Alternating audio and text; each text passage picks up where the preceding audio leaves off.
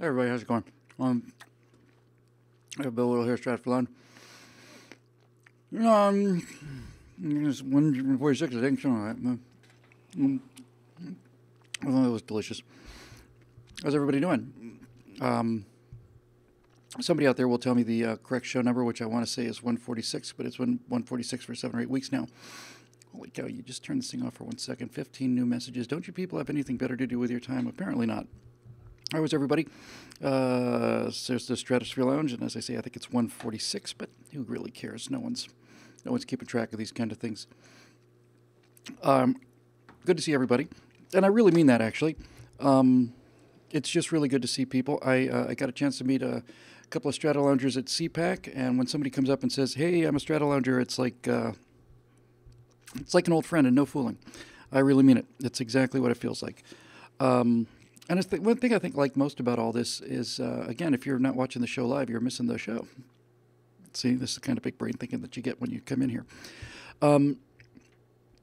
But it's great, just before we roll the show, while we're still rolling our walk-in music, I get to watch everybody saying hi to everybody in the comments section, and it's like a family get-together. It's like Cheers is what it is. It's like Cheers, where everybody knows your name and sometimes even know your call sign. And we sure do have a lot of fun here, and so there you go. That's what you're missing out on. Hey, by the way, before we get started, if you're somebody who's been watching the show for a while, and not going to be a membership pitch, but if any of you have not subscribed to the Bill Whittle channel and you're watching this on YouTube, just, pause, hit subscribe for me. Would you do that? It's absolutely free.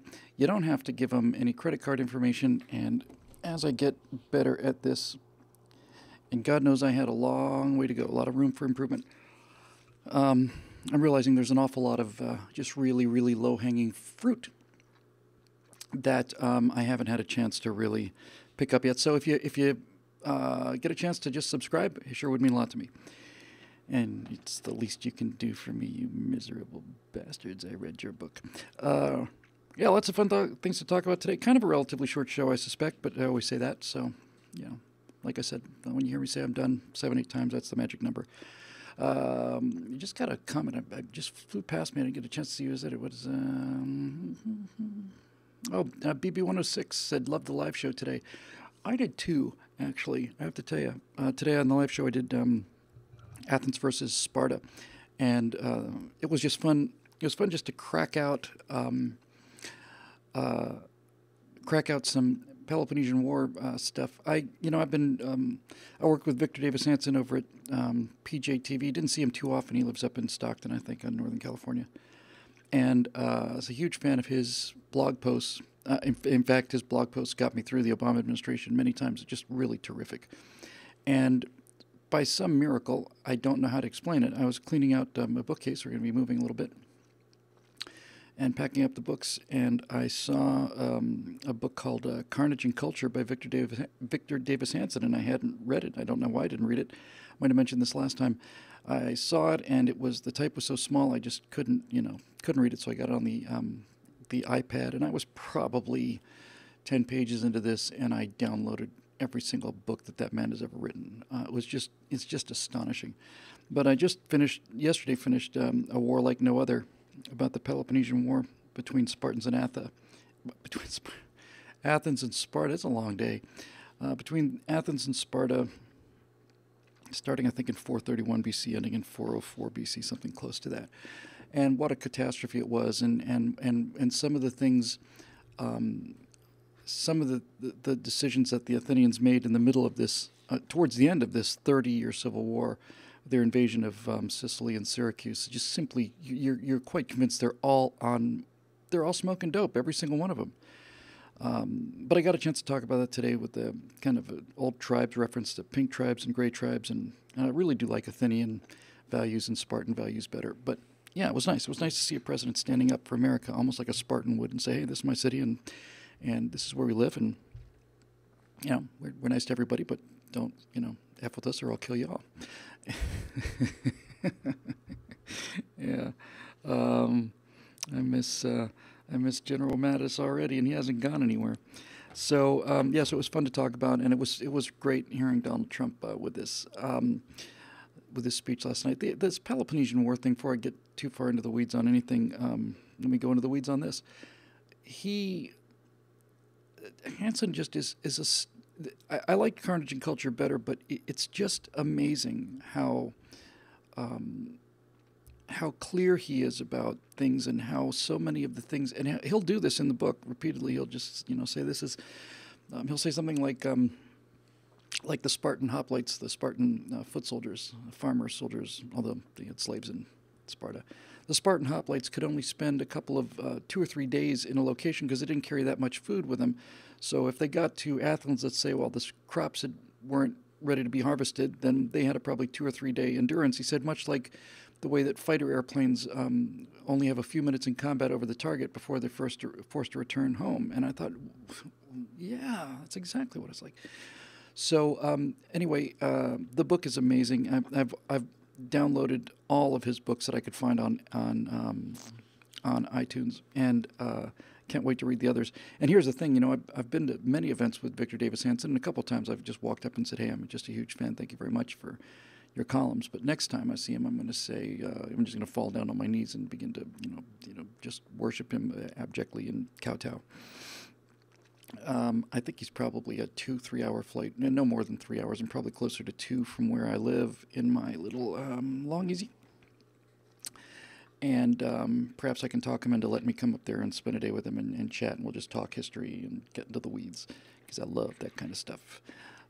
But it does go to show you that the more you know about history, the less you are surprised about what you see out in the real world, and it does allow you to draw some interesting conclusions and some interesting analogies and some interesting deductions. So, yeah, it was a lot of fun today.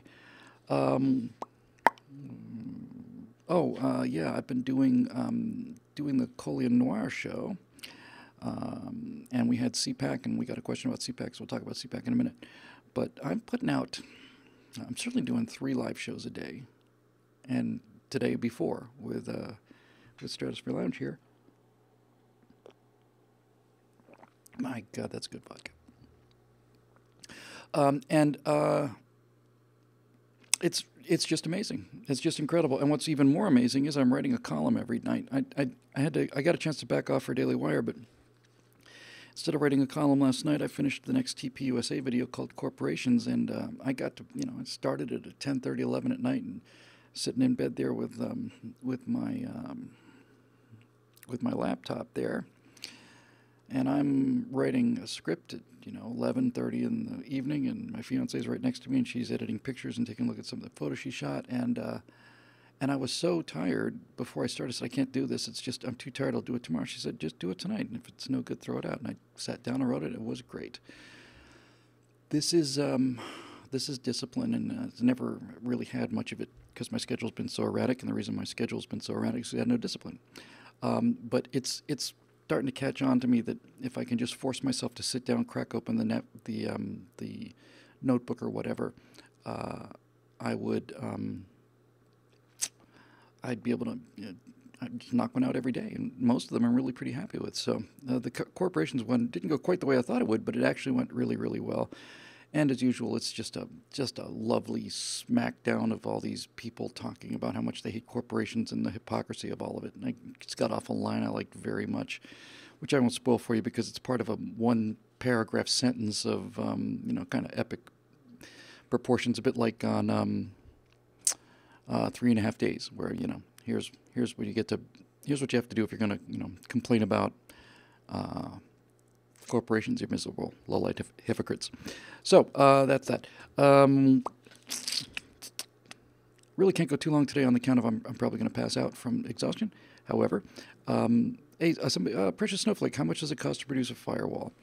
They're about $5,000, and the TPUSA videos are a little less expensive than that. And by the way, I've got 2 more firewalls with the Horowitz Freedom Center. And then after that, there's no funding in place. I'm actually thinking I might just do them on my own dime. It'd be nice if we could I might make them members only, to be honest with you, or members only for a week or something like that. But I'm actually starting to look at some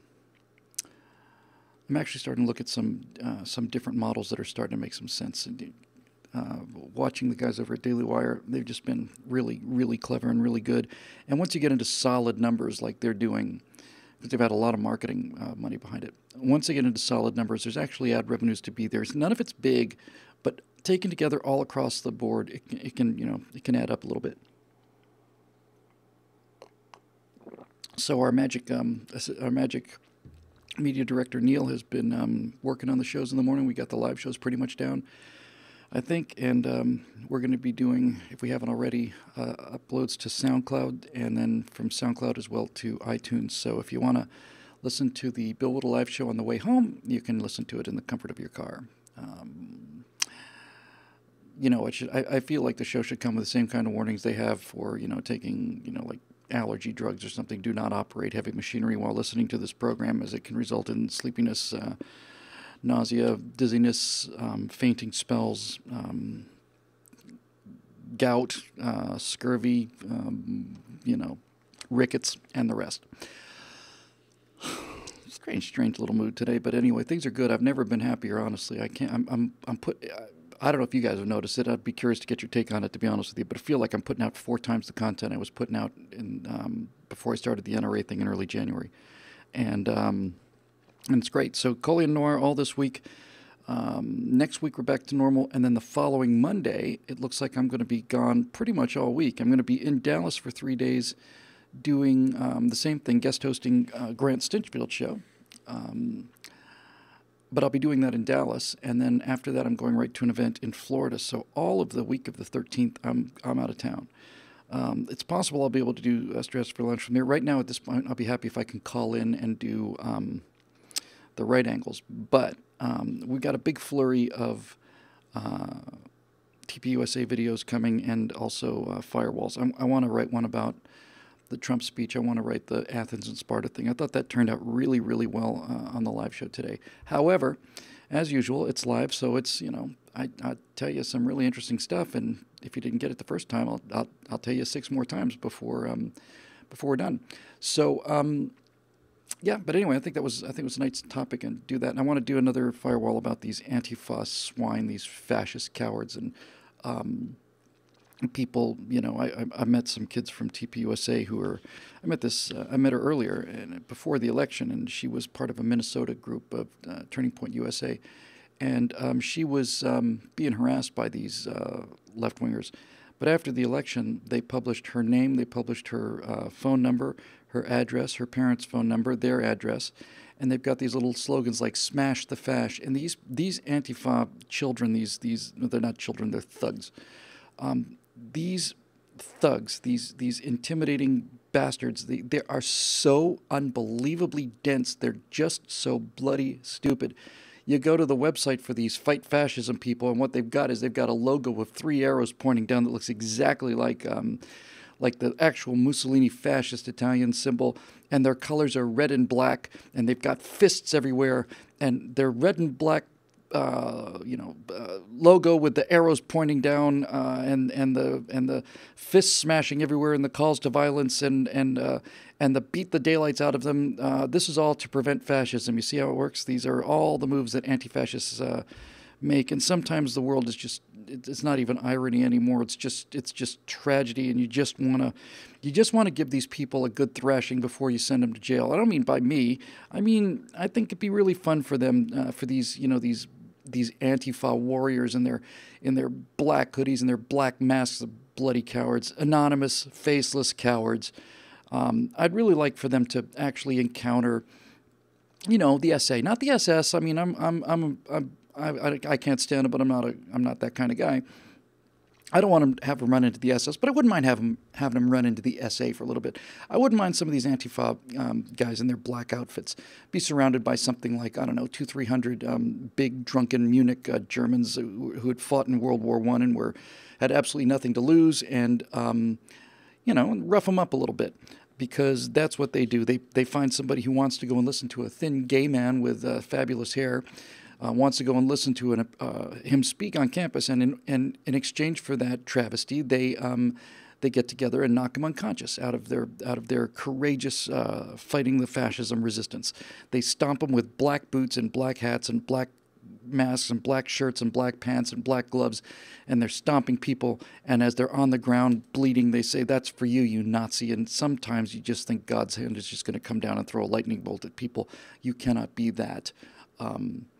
You cannot be that dense. And somebody pointed out there, and I'd love to mention your name, but you've got one of those awesome generated passwords, CJ8GZN2W1XJ, says the fascists of the futures will call themselves anti-fascist. That's been attributed to Winston Churchill. Doesn't surprise me at all.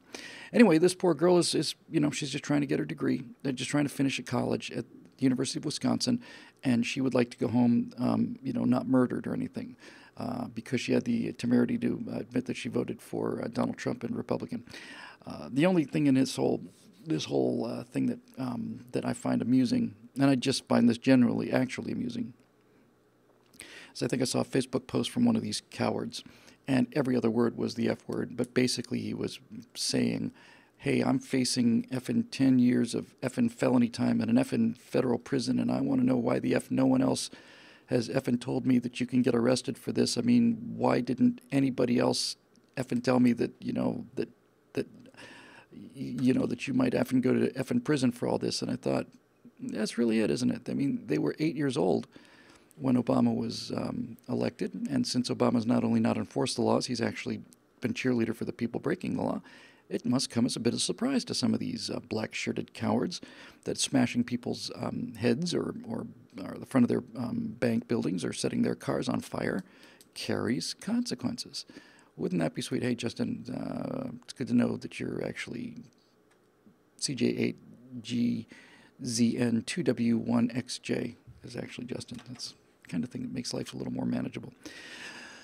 Anyway, I hope that bastard goes to jail for 10 years. That's probably extreme, given the fact that he didn't even have a chance, given by the fact he was raised by feral communists. But a year or two, think things over.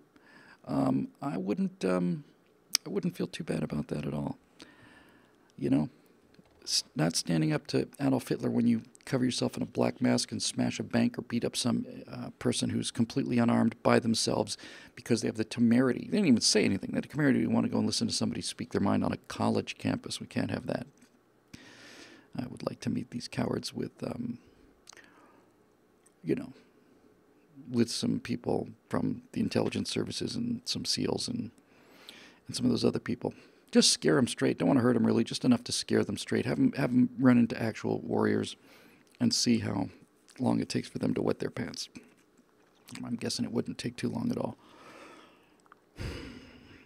This is what happens when you're bored and affluent, right? You've gotten everything you ever wanted as you asked for it. So why wouldn't you go burn things down, right? I mean, at least it's not boring. There's nothing more boring, I think, than being given everything you want all the time. If you think about it, really, if you really get down to it, that's probably the worst thing that can happen to a person. I mean, you want to talk about bored. You think, I'm bored. It'd be nice if I had a boat. Well, here's your boat. It'd be nice if I had a nicer boat. Here's your nicer boat. Well, maybe I want to learn to fly. Here's your airplane. After a while, you don't have to work for anything. You don't have to wait for anything, and life would just become horrible. And I hope they're having a horrible life because they're horrible people. I don't mean that in a bad way or anything. Am I the only person, by the way, who thinks that Antifa was picked because it sounds a bit like intifada? Do you think? I don't know, maybe it's just me. But it sounds to me like they're trying to cash in on some more, you're a warrior and you're part of the intifada, only you fight people with no weapons and no defenses. And you beat them up and beat them unconscious and smash windows and you do it with your face covered because you're cowards. You're cowards. And if you keep this up, you're going to find out that the world has changed a little bit since you've been on summer break from your studies degree. And you may find that the law is actually going to be enforced in this country now. And you may also find out that enforcing the law is not fascist at all. In fact, on the contrary, fascists are people that break the law and hurt people. If you're going to go around kicking people's heads in and smashing windows and burning cars and ruining people's lives, then you might find out that that is in fact fascism, and the law is here to protect civilized people from the likes of animals such as you. Let's get going here. Cheryl Toomey's back. Our friend Cheryl is just absolute stalwart. And oh, and by the way, I've got it written down, but don't let me forget. Apparently, we're paying some kind of bingo tonight. It's apparently there's a bingo cards that are out there among Stratosphere Lounge people, and every time I mention a catchphrase, one of these letters is filled in, and the first person who hits bingo wins a prize. And apparently, the prize is just me announcing them on the show, but that's a crummy prize. We'll definitely throw in a Stratosphere Lounge mug for the person who wins a bingo contest after this, and I'll sign it in gold. Not real gold. I mean, come on. Let's be serious here. So keep me posted on what the bingo thing is like. And it's all catchphrases and stuff, so maybe I should help your card out a little bit. I don't even know what my catchphrases are anymore. Probably said 5 of them already. That's what I want for this, by the way. I want to know what the catchphrases are. It'd be interesting to find out just how strikingly unoriginal I really am. Okay, here we go. The highest ranking question came from Cheryl Toomey, and she asks, no questions specifically. Okay, great. Let's move on. No, just wanted to hear more about CPAC. How cool was it when Ted Cruz stopped the interview to say hey? And the young people, were there more young people than at CPAC you last attended? We want the 411, Bill. I posted on the, thanks, Cheryl. I posted on the Facebook page the segment of the interview we did on NRA TV. I want to say it was Friday. Quite sure it was Friday. And Ted Cruz was up on stage. He was great. And we were at the NRA booth. And at CPAC, there's, since you wanted a CPAC update, excuse me, what a pig, there's something called Media Row. It's a line of booths, very small. And everybody has their own, the Davey Johnson Show and the Jimmy Johnson Show and the Davey Jimmy Show and all these other radio shows. Then it turns a corner, and then it goes down, and there's more shows, and there's little areas set up. Some people are doing TV. Most are just doing radio or webcast and stuff.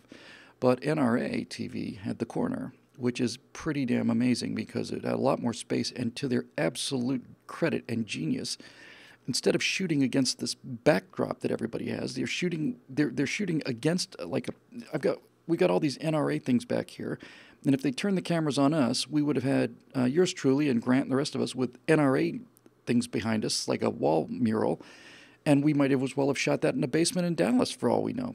The genius of the NRA folks was they turned the cameras around, had the actual crowd and the convention going on behind us, and it was great. So that was a bit chaotic and really kind of fun because there was really no particular schedule. We knew somebody was speaking, we'd try and get them, and you may not be too shocked to know that the letters NRA get more attention than the letters BW do. So while many people came in and just came and ran, and not a whole lot of people got to walk past the NRA booth without stopping in. So it was great. I got to get to talk to Scott Walker and just some great people, and a lot of governors and just really smart folks. And Dana Lash. Last time I was at CPAC was 2010, I think, and Dana Lash had just started, and I think she was at PJTV briefly, and I want to say that in 2010 at CPAC, we did 2 days together out there, and we were like Darren and Samantha. I mean, it was just a comedy routine. Now Dana Lash comes out, 7 years later, she's wearing like a black leather dress, and she just whipped that audience into shape. It's not somebody you want to mess with, particularly. She's a tough cookie.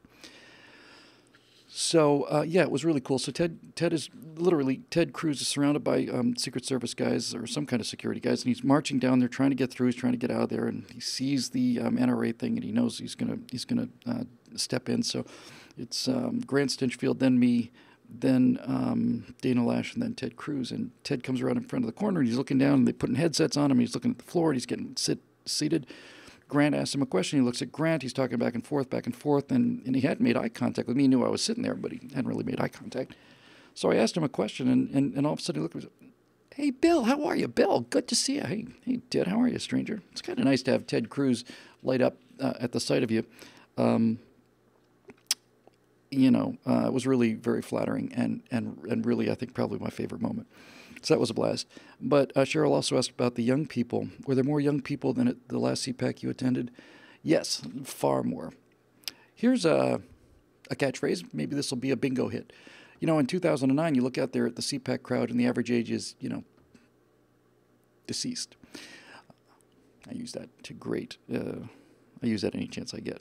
But there were a lot of young people, a lot, and they were switched on and they were excited and enthusiastic. These young conservatives have got a lot of pep, and they have to because they're so badly mistreated and picked on. Although it doesn't seem to affect them any, they seem to be filled with courage, and it's certainly they're getting more respect than they did on November 6th because it turns out that these nerdy little conservative kids were right, and all of these too cool for school dope smoking, Obama supporters in the Choom gang, they missed the boat.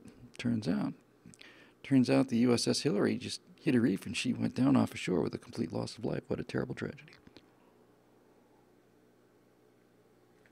I think I only have to do one Daily Wire article this week, and I think I'm going to do. I saw an article on on GQ. About the tragedy that Donald Trump had won, and they showed a bunch of artwork that people had prepared for Hillary's inevitable victory.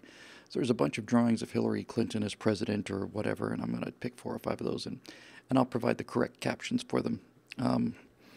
But anyway, yeah, so young people, lots and lots of them, and they were great, and they were really fun. The 2 best people at CPAC, I don't know if you saw any of the coverage. It should be online at NRA TV, available to anybody. But on one day, we interviewed this 11-year-old girl, and she is going to be president someday. We'll all be working for her. Young conservative girl, and she's so well-spoken and so so excited, so enthusiastic. She was terrific. We had a 7-year-old boy the next day. He was really cool. So, yeah, and in between that, lots and lots and lots and lots of teenagers, and very flattering to have so many of them come up and tell me that they appreciate the work I'm doing. I never get...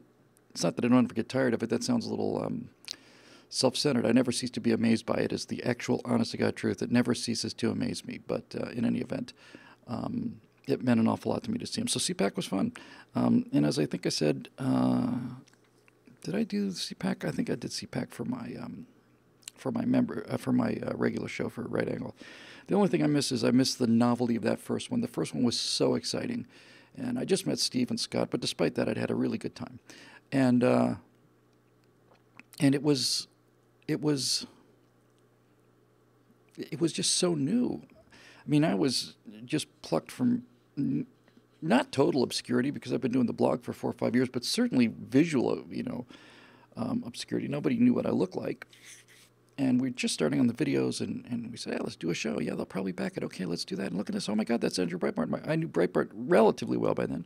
You want to go have dinner with Ann Coulter? Sure, absolutely. And it's like that was the first time I began to realize, I'm moving in a different world than I was moving when I was a TV editor on a show called Sunday Morning Shootout, where we had lots and lots of movie stars, and I got to see them all backstage, but I didn't get to talk to any of them on account of I was just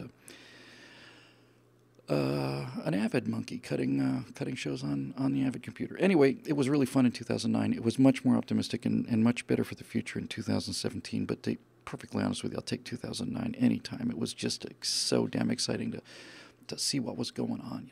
Going to do TV on the internet? Really? Can you even do that? Yeah. Okay. Now it's a business. It's a living. I did the script for corporations last night. I just told you earlier. I wrote the script for this. And I was just doing a little research. Inc. magazine, INC, Incorporated magazine, said that 96% of all businesses fail within 10 years.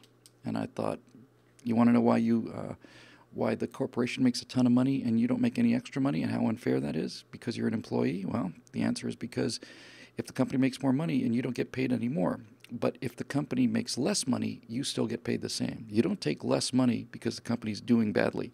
Yeah, they're obligated to pay you what they said they'd pay you. And when you hear stories about business owners putting payroll on their personal credit cards, and then when you hear that 4% of the people put their lives and dreams into a business, get through 10 years, it doesn't mean they get 4% get rich. 4% are still at it 10 years later. It seems pretty reasonable to me. If you don't like being a wage slave, and I was one for most of my life, then you're going to have to abandon the security of a regular paycheck and put everything you have on the line, go out, start a company, and if you're good at it, you'll have a 4% chance of succeeding. We're at... me personally, I'm at I'm at 9 years, 9 out of 10 years. And 9 years I've been doing this for pay. Although the business is much younger. The business is only probably 4 or 5 years old. But still, we're in business. And that's mostly thanks to you fine viewers and Strata Loungers, especially true to our members. So anyway, yes, so CPAC was a blast. Let's move on. Don McNair says, I had a good discussion with some Stratosphere Loungers the other day on this subject, which I struggle to fully understand, and it would be good to get your comments on it. How would you reform the welfare system in a free market economy? How would it work? What would be the best way to deliver the service? Would it all be delivered by private charities? And if so, how would that be better than the government? How would you ensure that those that genuinely needed help got it? Thanks, Bill. Thank you, Don. That's a great question. There's a lot of things here, and none of them are going to be in any particular order, but if you just record all the verbiage that I'm about to throw at you and then get an editor, it might make some sense. First of all, we have to understand a couple things here. And one of the first thing we have to understand when we're talking about welfare reform is that this is people's livelihoods. And if we don't make it clear to them that this is not about throwing them in the street, then they're going to fight for their lives. And that's not a metaphor. They're going to fight for their lives because it will be their lives. I don't know if there's a stronger opponent to what the government has done to entire generations of people of all races in the last 40 or 50 years. I find it absolutely disgusting. It's not just disgraceful, it's that. And it's not just wasteful, it's that too. It's morally disgusting what the Democrats have done as part of a strategy to keep people dependent on them. But there it is. Now, we have to start from that premise. In other words, we have, if we look at welfare and entitlements as they exist in America today, and I almost said today, I really meant to say prior to November 6th because things are moving rather quickly. If you look at the current entitlement system, it's probably best, Don, to start from thinking about this is a house that people live in, and it's a ghetto. It's a rickety, filthy, urine-smelling, rat-infested public works project entitlements. That's what it is. It's a structure, let's say. And it's disgusting and it's disgraceful and it's got to go. And our first impulse when we see something that really horrible with the wires torn out of the walls to sell for scrap electricity, get a hit of, speedball or something. And when you think of how appalling it is and filthy it is and immoral it is, our first inclinations want to go down there and just knock that building down. But the problem is there are people living in that building. And we can't just go knock the building down. We can't knock the building down. We can't destroy welfare and entitlements as they exist today until we get people out of the building. Now, I know that seems like a contradiction, like the whole purpose is to get people out of the building, but you've got to get them out before you destroy the building. You can't destroy the building in order to get them out because people will panic. And look, as I said, I think my record on entitlements is pretty clear, but if I was on entitlements and somebody said, we're going to turn off your money, good luck, I'd panic too. I'd fight for my life because that would be my livelihood. So that's not only not smart, it's not fair. Despite the moral rot and the horrible crime, which in every case is a decision. You make a decision to hurt somebody. Despite all of the horrible toxicity of these communities, the fact is, while they took the aid, and while many people think, well, they could have bootstrapped themselves out of it, I don't buy that anymore. I used to, but I don't. Most of the people on welfare and entitlements today were born into a system. I know this sounds very progressive, but it's not. It's just the truth. They're born into a system that is so utterly backwards in terms of incentive and in terms of humanity and the fundamental qualities of being alive and being an independent human being, thanks to our friends, the Democrats and the progressives. It's that they're stuck there and they can't get out, and it's not their fault. They were literally born into this. It's like being born into slavery. You can't really very well, say to somebody, well, you're a slave. You should rise up and break your chains. What would they know about freedom? They've been born slaves. They're slaves their whole lives. That's what we're dealing with here. So first thing we got to do, Don, is we got to understand before we knock this horrible thing down, we got to find some temporary housing for these people, and the end goal would be to have them all living in nice little single-family houses with little gardens and white picket fences, and that's my goal for everybody in this country. I want them to be happy. And I want them to be free, and I want them to be the masters of their own destiny. If we don't start there, we're going to be in trouble, and we probably deserve it. So now where does that leave us? Well, the first thing we can do is we can do the easy things. We can grab the low-hanging fruit. When Bill Clinton was forced by the Republican Congress to do the Welfare Reform Act, I want to say it was 94, it might have been a little, but mid-90s. Basically, that legislation said that we're going to do more means testing. We're not just going to hand people checks. We're going to do a little bit of a background check and see if they want to work. And we're going to make it a little bit more difficult. And the progressives howled that if you do this, we will see starving mothers on the street offering their children up for sale and eating their pets, and their pet food and all the rest of it. It's going to be an absolute human catastrophe if we cut even one dime of it or make it just the slightest bit more difficult to get a welfare check. Then it's the end of the world. And passed anyway. And what we found was by making the standards a little bit higher, by making it a little bit more means tested. In other words, do you deserve this handout? Are you looking for a job? Forget about whether or not the jobs were looked for. When they instituted those new criteria, something like, unless memory deceives me, something like 40% of the people on assistance just dropped off assistance because it was now too much trouble for them. It used to be literally free money, and I mean that literally. I literally mean literally. I don't figuratively mean literally. I literally mean literally that they would go down and they would pick up a check for free money, and who wouldn't do that? If you didn't know the poison of it, if you didn't know how bad it was for you, everybody would do it. So when we found out that instead of saying, hey, you don't get a check unless you're working or anything or looking for a job, we just said, you're going to have to show that you're looking for a job. And something like 40% of the total people on public assistance just didn't show up the next day because now it's too much trouble. Okay, that's where we start. We start with the low-hanging fruit. We means test people. At this point, I'm going to take a brief moral aside and mention something I've talked about before, and I think it was Stefan Molyneux who pointed this out to me. Not that I wasn't aware of it, of course, because needless to say, I already was. But he did make the point, and he's absolutely right. Back in Victorian times, you may say that was maybe the strictest, tightest civilization in modern history. People that study civilization as, just as a structure, say you're going to have to go a long way into the past to find a more robust, confident civilization than the Victorians, despite their many flaws. And Stefan pointed out that in Victorian times, there was a very clear distinction, very clear, between what was called the deserving poor and the undeserving poor. And the Victorians had it figured more or less like this.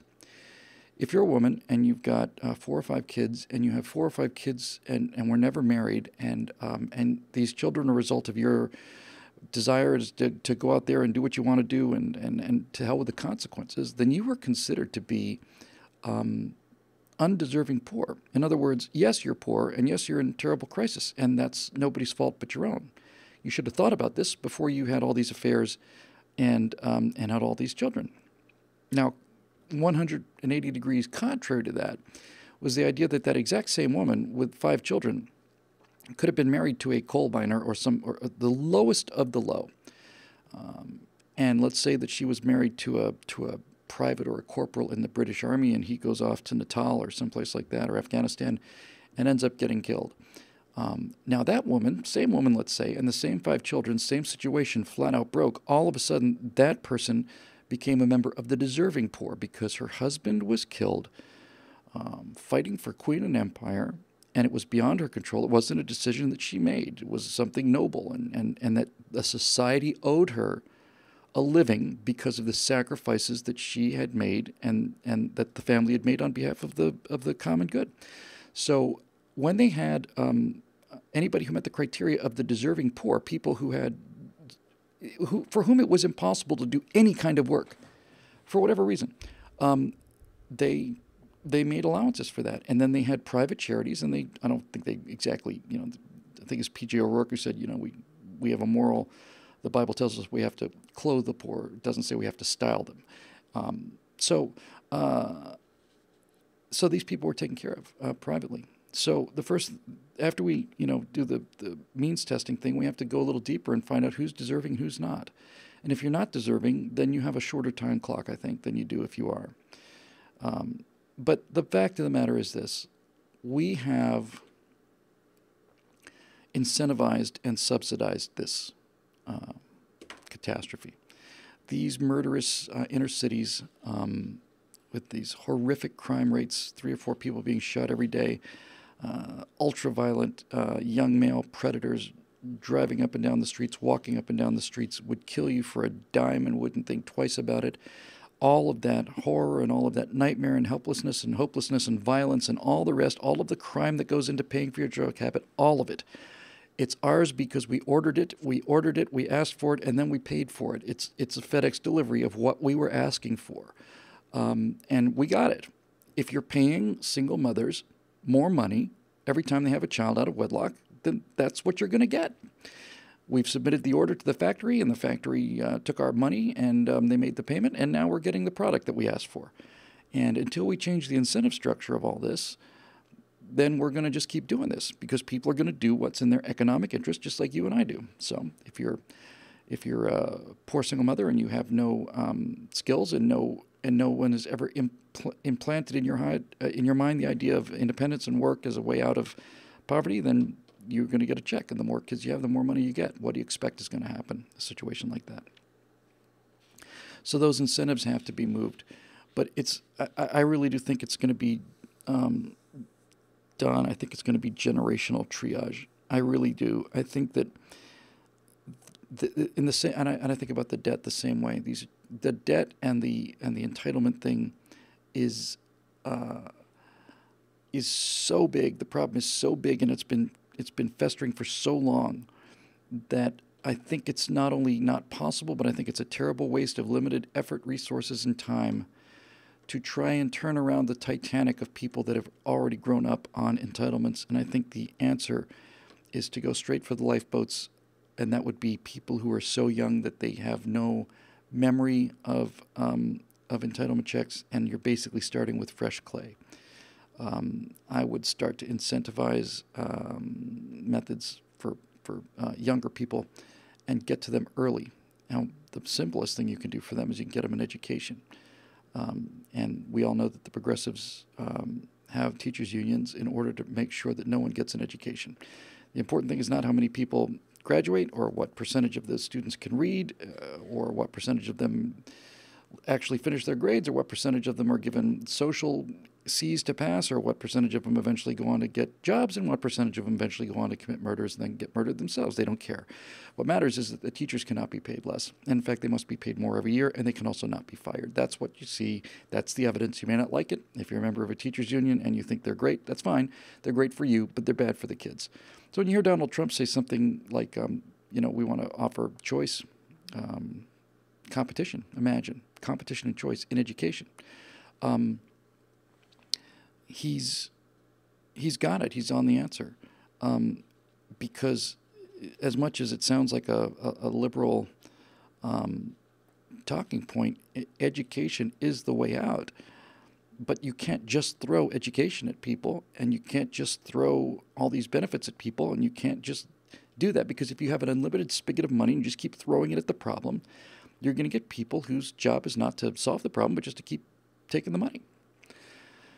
So, Betsy DeVos, you want to ask how do you get people off of welfare? How do you get people off of entitlement?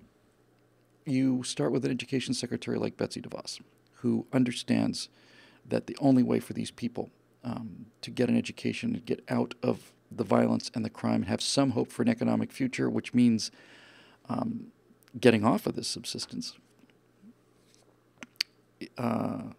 that's how you get started. Listen, this is going to be the kind of thing that's going to undoubtedly surface and make me even more popular among the left, but you can make the case that by subsidizing this, by pumping money into these communities without accountability, that what you've got is you have a population that is unsustainably large and would not have been that large without subsidies. For example, you got people living in the desert. Hey, baby. People living in the desert and they're starving, and so relief comes, which is the right thing to do, and the decent thing to do is to help people when they're in genuine need like that. So they send over gigantic packages of food, and the people stop starving, and then they keep having kids. And what you find is we're putting more and more aid into an area that cannot support that many people. Next thing you know, your aid has caused the population of that area to grow way beyond what the land can support. You could kind of make the case that's what's going on with entitlements, especially in our inner cities, that when you're giving women more money, the more kids they have, they're having more children than the economy could support. There's just not that many opportunities. And if there wasn't all of this entitlement, they wouldn't have as many kids because the market would be working on them. But when you get free money, you screw up everything.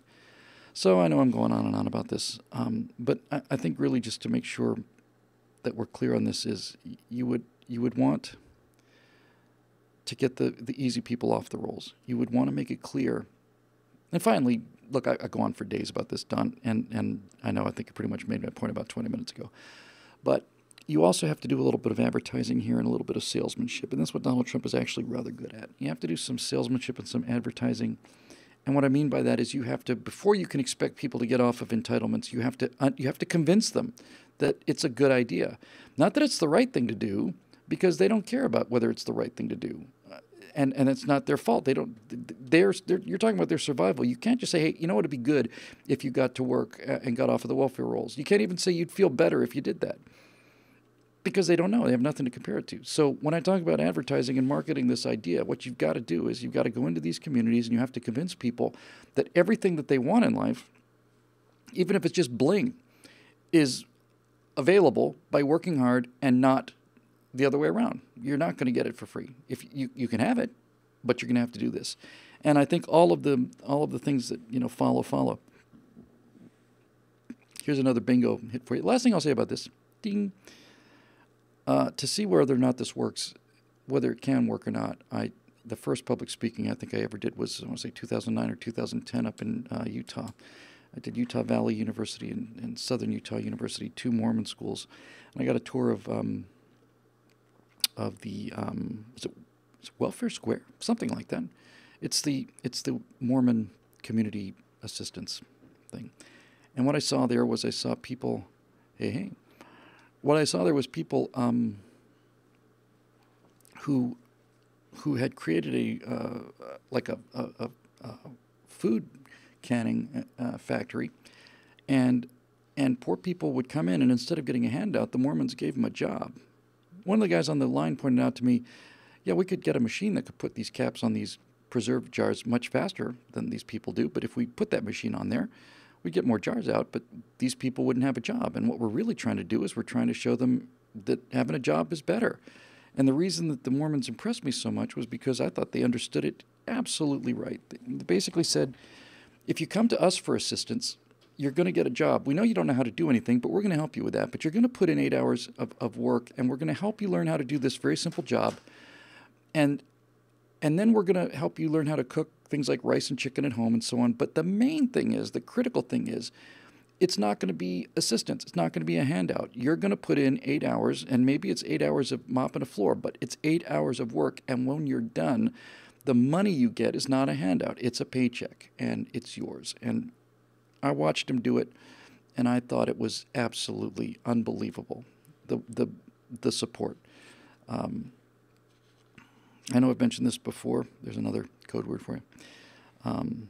But if you really want to get rid of poverty, you have to disperse poor people. You have to disperse them out into the population.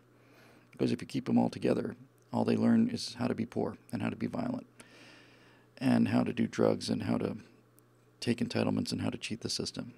They don't know any better. How would they know better? They've got no way of knowing better. You need to disperse that kind of poverty out into the general population, where instead of surrounded by people who leave trash in the hallways, they're surrounded by people who clean up after themselves. And they won't start cleaning up, but sooner or later it will become clear to them that that's how you behave. Not lectured, they'll just do it because that's how everybody else does it. That's what social proof does. Anyway, long answer, but it's a great question. There you go. Victor Q says pronounced Coots. Victor Kutz. One of those two. Hey, Victor. His question is President Trump a political genius or simply insanely lucky that almost every move he makes has the Democrats making themselves look worse, such as with last night's speech? I have to tell you the honest answer, Victor, is up until a month or two ago, I was going to go with the insanely lucky. But comes a point where no one has that kind of luck. Comes a point where no one is that lucky. You can flip a coin and get heads and then get heads twice in a row and get heads 3 times in a row. 4 times in a row is a stretch. 5 times in a row is pretty impressive. If you throw heads 10 times in a row, that's damn near a miracle. It's virtually impossible to throw. I mean, really virtually impossible. Chances are microscopic of flipping a coin and getting heads 10 times in a row. So that's what he's been doing. He's been flipping coins for heads, and he's been calling heads, and he's been getting heads a lot. And the more he does it, the more unlikely it becomes that it's just plain luck. And if it's not luck, then it has to be something else. Now, I think a better question is not whether or not he's lucky or is he a genius. I think the question that I'm interested in is Donald Trump a genius or is Donald Trump a super genius? If he's a genius, well, he is a genius. No question about it. He's president of the United States. He got to be president of the United States because he understood exactly how the media works, understood how the American culture works. He is a genius. There's no question about it. And I'm not just being, flowery here. My understanding is somebody said he's an IQ of 150 or something, 158, something like that. I don't know and I don't care. The fact is this guy knows people, and his name is on a lot of big, tall buildings all around the world, and he could not be there if he did not have some genius-level appreciation of how people work. So he's a genius. He's a genius in terms of how he understands people. He understands how deals work. He understands what the other party wants. He understands what he wants. He understands, because he's written about it, he understands that the secret to these kind of things is, under-promising and over-performing. He did that at his speech last night. I was talking about it on NRA TV today. The question was, are these childish tweets that he sent out, because they are childish, are these childish tweets that Trump sends out? Now, this is where we have to decide whether he's a genius or a super genius. If he's a genius, he's a loose cannon who fires off these things because he's a narcissist, but nevertheless, he has a kind of a fox-like cunning and understanding of how the dynamics of publicity work, and that would make him a genius. But if he's a super genius, then he is doing things like sending out these kind of, infantile tweets specifically, intentionally, to lower expectations or to poke the media in the eye to get them to do things that he wants them to do. And if you send out a bunch of childish tweets and then you come out with a speech like you had last night from Donald Trump, all of a sudden it's the clouds part and the beam of light comes down, right? If he did that intentionally, then he's a super genius. And I'm beginning to suspect that's the case. I'll be willing to credit maybe he's just got this kind of understanding and kind of this animal cunning in a sense, a real smell for the right move in terms of publicity and stuff. But, man, that's a lot of heads in a row. I suspect that he is, every day I suspect more often that he's doing this entirely on purpose. One of the terms I used about Donald Trump that I like quite a lot, I hadn't heard it before, was I think Donald Trump has the either the intellectual genius or the savvy or the instinct or whatever to understand the concept of saturation. He's been, like all Republicans, he's going up a 30-point, 40-point hill. He's got the press, the Democrats, the Hollywood elites at him constantly attacking him. And when I say he's understood the genius of saturation, I think what I mean is the man has been in office for 4 or 5 weeks now. And the press, and everybody else for that matter, the press, Hollywood, teachers, everybody in the country after 5 weeks have called him every single name that they can find. They've called him the worst things they can possibly find. What are they going to say about him in the second month of his 4-year administration? Where are they going to go from here? He's made the press and he's made his critics go directly to their absolute highest note, and it's not sustainable. Even if you could sustain that note for the next 4 years, you certainly can't top that note because that's all you got. He is saturated. There's no more negativity that can attach to him, and I think he's kind of done it on purpose. He is understood that if he takes enough heat early, there's not going to be any more heat that you can add. You can come back again and again and again with the same criticisms, but then he realizes, yeah, that works for me. That actually works for me, because then people start to think that they're just either picking on me or they're boring. You know, oh, Donald Trump is a kind of a loose cannon, kind of a vulgar guy. Imagine my surprise that I've been hearing this from CNN now for 9.5 months or whatever. I think he does it on purpose. And example I like quite a lot is in terms of this idea of saturation is if you we talk about politics as being throwing mud, you know, mud throwing, which is another way of saying throwing mud. If you throw mud on a bride, a young woman who's wearing an absolutely pristine white dress, and you throw mud on that person, it's just a shocking catastrophe. This beautiful, pristine, white, virginal kind of a look, and now it's just got this gigantic brown splotch of mud on it. It's appalling. It's a catastrophe. It's the end of the world. But if you throw mud on a guy who's been mud wrestling, you throw mud on a woman mud wrestler, and she comes out of the mud pit covered in mud, and you throw some mud on her, who gives a damn? I mean, you can't even tell. You can't even spot it. There's no contrast. So I think Donald Trump's a guy who's been mud wrestling, and I think he's covered in mud. And I think it was his intention to be covered in mud, and he got covered in mud before he was even really inaugurated. He was covered in so much mud there wasn't a clear spot left to throw any mud on. So now you've got a guy who's walking into this arena, caked head to toe in mud, and all that his enemies can do is throw mud at him. That's all they've had. That's all they've ever had. That's all they've ever had, is the ability to throw mud at people and get them to shut up and back down, because all these other politicians are in white suits and they don't want the mud on them, so they back away. Donald Trump is saying, you know what, let's just get muddy. He goes in there, rolls around in his tuxedo or whatever, in his white dinner jacket, and just covers himself from head to toe in this filth. And then he gets up and then he says, now what are you going to do? You're going to throw some mud at me? My goodness. Imagine my horror. I think that's genius. I really do. And I think on some level he understands the power of that. I think he's too smart not to. You know, we talked about in the election, during the election cycle in 2016, how Donald Trump basically used the media to get tens of hundreds of millions of dollars of free publicity. He didn't have to pay for any of this stuff. He'd just say something so outrageous that they would cover him. And then he would say something so outrageous that people would say, my God, I can't believe he said that. You may not like the way he said it, but you know he's telling the truth. And that's the other thing about Trump, is he's speaking the truth. He's not speaking the truth when he says things like, I had the greatest electoral college win in the last 25 years, or, all these other things he says that are just plain not true. Whether they're lies or not depends on whether or not he knows they're not true, but they're certainly not true. And I think what he's doing is he's putting up kind of a barrage, like an anti-aircraft barrage. He's just firing just lots and lots of flak into the air. He's just putting this flak up there, kind of daring these reporters to fly through it. They're taking the bait. They're going after the little things. What Trump said about our size of his inauguration is absolutely wrong. Donald Trump was telling a falsehood that he did not have the larger crowd than Barack Obama. And here's the reason why, blah, blah, blah, blah, blah, blah, blah. And meanwhile, Trump is just sitting there going, well, these suckers fell for it again. While they've been arguing about whether or not I know whether I had a bigger crowd or not. They've spent the last 4, 5, 6 days on the news cycle talking about that. And while they were talking about whether or not I was nuts because I said I had a bigger crowd than Obama did, while that was happening, I got Mad Dog Mattis appointed, and we did this, and we did this, and we did this, and we did this.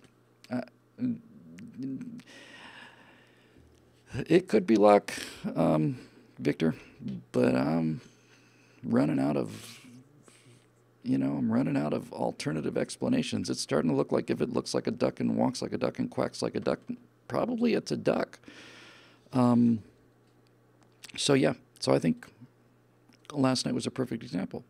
He makes these tweets, gets everybody riled up. They're literally, now this one I'm sorry, they're figuratively rolling up their sleeves, and their fangs are coming out, and their progressives are sitting there, and the reporters are waiting for him to show his fat orange face up there on the floor of the Congress, and his terrible, horrible comb over, and he's going to get up there, and he's going to say all of this stuff like, I told you so, and I think Mexicans are all racist, and we ought to ban Muslims from the country, and he's just going to go, and you can feel them. They're getting all wound up. They're getting ready. They got their pencils sharpened and everything. They're ready to go. And out he comes with this really magnificent speech, very generous, very conciliatory without backing down. It's like, hey, we need to work together, and not about policies, but about vision. Let's work together. Let's make this country great. Let's do great things. Here's a hero. Here's the widow of a hero who died in combat, saving our country from terrorists. I think that's wonderful. And he stands up and applauds, and the Republicans stand up and applaud, and some of the Democrats applaud, but some Democrats sit down and refuse to applaud this woman who's just had her husband sacrificed to our national security. And they look like absolute dicks, because they are. He'll come out and say something in the speech where he said, and I am working together with whoever it was to make sure that women have the capital necessary for them to fulfill their dreams of starting a business or something. And it's like, genius. Genius. I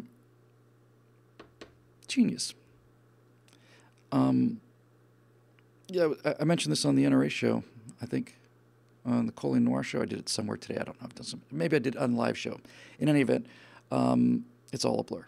But Sun Tzu was talking about, wrote so many words about war and the art of war and so on. And Sun Tzu said that the ultimate warrior possesses a quality called swordlessness.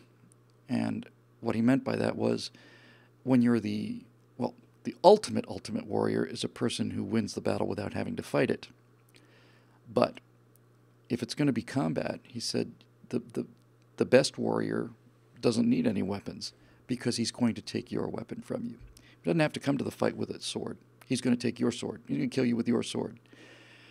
And that is a high level of proficiency, and that's exactly what I think Donald Trump is doing. When Donald Trump says we have to do something about the poor inner cities in black America, and we have to stop this murder rate, he's walking right smack dab into the center of the Democratic National Committee headquarters, and he's taking their sword and he's running them through with it.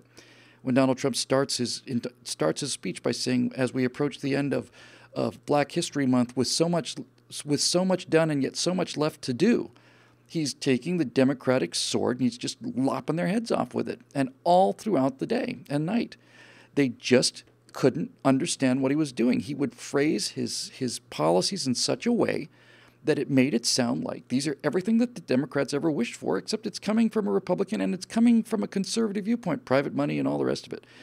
And it was about jobs. And he was saying, we're going to do this and we're going to bring in jobs. And people would stand and applaud, but the Democrats wouldn't. They would just sit there and kind of stonily sit on, we are kind of in favor of jobs, aren't we? I think we're in favor of jobs. He just ran with it. And it was masterful. And I think they're doomed. They're not doomed forever. They said the Republicans were doomed when James Carville said after Obama won on the night of 2008, November 2008, election night, he said he doesn't think there's going to be another Republican Congress or presidency for 40 years, and he was off by only 38 years. So don't get cocky, kid. But they're stunned and they don't know what to do. And I have said this several times, and this needs to be said as often as possible. When you take working people away from the Democrats, you're not just taking a large voting bloc away from the Democrats, you're taking their identity. As a matter of fact, you're taking their soul away from them. You are stealing their soul. If you come out and give a speech and talk about jobs, and how the working man in America deserves a break, and you're a Republican billionaire, you have achieved the absolute pinnacle of American politics. You have made a Republican billionaire sound more sympathetic to working people than a community organizer from Chicago, because he is. Because he is. He does care about them more. It's clear. He went to these black churches. If Mitt Romney had done that one time, it'd be President Romney now. But no, he is a special kind of brilliant. And all of the concerns that I had about him, and I still feel him sometimes. I'll see him write something or, fire off on something, or say something that's just patently untrue. And I go, do you really have to say that? And every single minute that goes by, I'm beginning to think, yes, he does have to say that. Either he has to say it because he is part of this master strategy that is so far beyond most of us that we just see the shadows of it. Or He says these things because he's not capable of stopping saying these things, that he is incapable of controlling himself, and that these off-the-cuff things are part of his personality the same way that me loving airplanes is part of my personality, but that particular personality that has to do these things also has the same kind of genius for promotion and for attention that made him president of the United States. And I'll tell you, this is a binary kind of an epoxy. Some of you will know what I'm talking about there. Those of you who don't, I'll just tell you. You really want a strong glue. If you want a really incredibly strong glue, the problem is if you make the strongest glue you can imagine, you put it in a tube, then how do you get it out of the tube, right? If it's not going to be that strong, the glue just turns into a solid mass. So if you want a really strong glue, you get an epoxy. And what that is there's two different chemicals. There's one little tube and there's maybe a slightly larger tube. And you squeeze the two hypodermics together and the two chemicals come out and they mix. And when they mix together, they form this absolutely incredibly strong kind of a glue. It's a binary epoxy. And I think that's what Trump has done for me anyway. It's a binary thing. If Donald Trump had not spoken with the optimism and the vision that he had, then I would say I've got a one-part glue, which is his appointments, and these people are spectacular. And then I would be in a position where I say, okay, we've got fantastic conservative cabinet and court nominees. You can't imagine a better one. I can't imagine a better one. But Trump doesn't really understand what to do with them. He's just kind of, took some good advice in that. Or you could say, well, Donald Trump gave a really optimistic speech. He's talking about winning. He's talking about building. He's talking about a future where we're walking on alien planets, and pretty much verbatim what he said, working footprints on other worlds, and we're going to build airports and so on. And if it was just that, then you'd have the other side of the epoxy. You'd have, okay, that sounds great, and it's soaring, and it's optimistic, and all the rest of it, but how's he going to pull it off? But when you put the two together, you've got this binary epoxy. He gave this speech about how America, he's been saying this from the beginning, we're going to make America great again. And he, by God, is doing it. If he was just saying it and then appointing his sister to the Supreme Court, you'd realize, okay, we're being played for chumps. But he's not. He's saying we need to make America great again, and he's appointing the best candidate we've seen for the Supreme Court in 20 years. And his cabinet, Secretary of Defense James Mattis, I would have voted for Trump just for that. I could have been Hillary all the rest of the way, but if they gave me James Mattis for Secretary of Defense, he would have gotten my vote. And it's not just Mattis. It's Mattis and it's DeVore and it's Perry and it's McMaster's. It's astonishing. It's astonishing. So if you take that actual optimism that I think he really has, and you couple it with the fact that he seems to have hired the best managers on planet Earth, you might be looking at one of the greatest American presidents that ever lived. And who would have thought it? I remember thinking on election night, we were walking out to the car with my beautiful fiancée there, and I remember thinking, wow, we didn't just win this presidential election. We won the presidency. We have the House. We have the Senate. We're going to get the Supreme Court appointees. It's the biggest win ever. It's the end of Barad-dûr. Why don't I feel better? Why am I not jumping up and down? Why am I not elated? Why aren't I just like, wow, this is what you've been working for your entire life. He's doing what you would have done if you'd been elected president. Why aren't you over the moon? I realized I'm not over the moon because I didn't trust him. I didn't trust him. I didn't know if he was pulling our leg or not. But I'm every day, I become more and more convinced by his actions that this guy,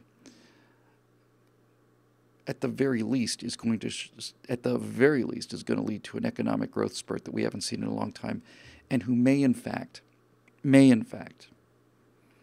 do the things that he said he was going to do, not personally, but by finding the very best people he can find and putting them to work and letting them go.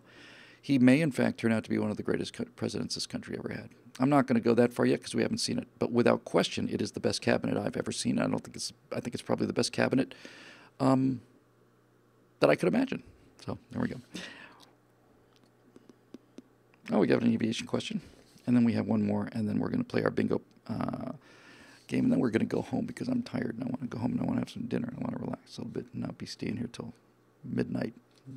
So there you go. If you don't like it, lump it. Get your own show.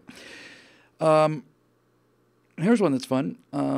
Steve Darrow asks, aviation question, drink.